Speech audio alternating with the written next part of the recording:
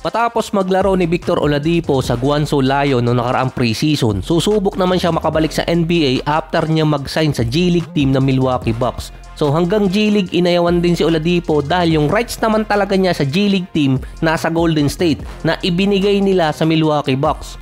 Hindi rin two-way contract ang pipirmahan ni Oladipo kundi as in sa G-League contract siya magsisimula. Kung maganda ang lalaroin niya, kahit sinong team pwedeng kumuha kay Oladipo. Yung Milwaukee Bucks kasi ngayon, puno na rin yung roster.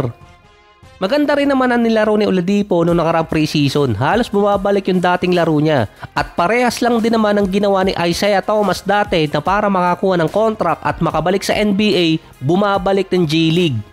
Parang nasa 4 na taon na ginawa ni IT para lang mabigyan siya ng kontrata. Yung kay IT pa, Phoenix Suns yung nagbigay sa kanya ng chance na makabalik talaga. Katulad lang din ng Hornets dati. Ang Suns, dati niyang team yun. Kung meron mang team na pwedeng magbigay ng second chance dito kay Oladipo, Indiana Pacers, yung team na iniwan niya dati. Parang tinanggihan niya yung offer na kontrata ng Indiana Pacers dati para lang makapunta siya ng Miami. Ang Indiana, marami mga players ngayon ang na-injured na makakakuha siya ng spot doon. Ang signing pa ng 10-day contract papatak pa ng January.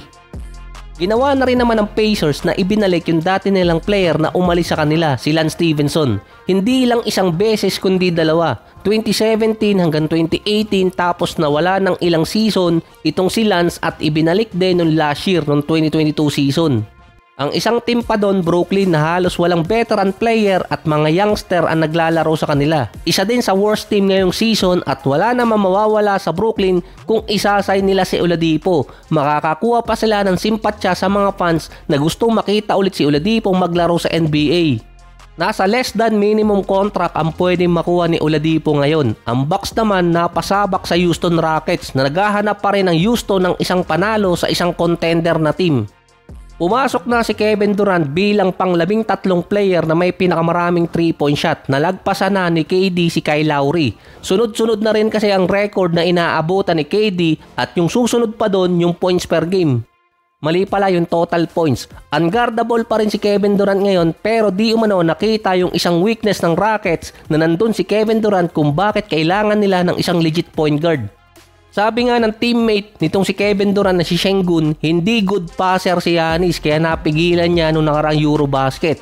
Ay nag-a-average ngayon si Giannis ng 33 points, almost 13 rebounds at 6 assists per game.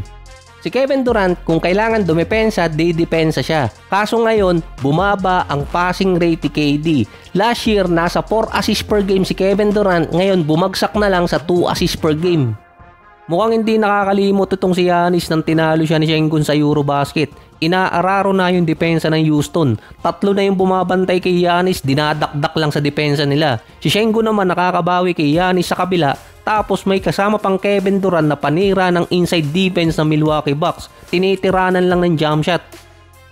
Unang panalo ng Rockets sa season sa isang contender na team, ang Bucks. Pinalamang na kayo ng 8 sa 4-59 mark ng last quarter, gusto pang manalo. Galing yon sa dagger shot ni KD at ni Jabari Smith.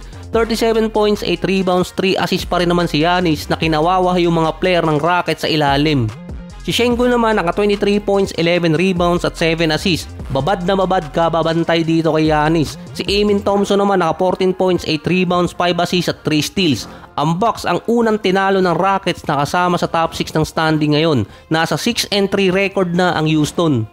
Kaso binabawian ni Kevin Durant ang mga jump shot kaya na-attract niya yung defense ng Milwaukee Bucks lalo na nung less than 5 minutes. Nasa 31 points, 3 rebounds, 7 assists, gumagawa ng mga play si KD sa last quarter. 4 assists siya nung fourth.